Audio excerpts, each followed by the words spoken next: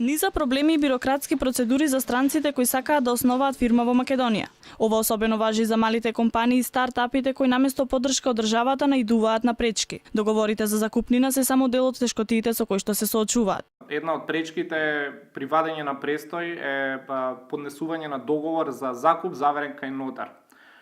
Странците кои што веќе живеат, нашле престојувалиште, доколку во станот во кој што живеат, а има многу такви, немаат чист имотен лист, не можат да добијат таков договор за закуп заверен кај нотар, па се присилени да се иселат поради истата техникалија. За да се добие работна виза во земјава, процесот е пресложен дури и за оние кои сакаат да вложат значителна сума на пари.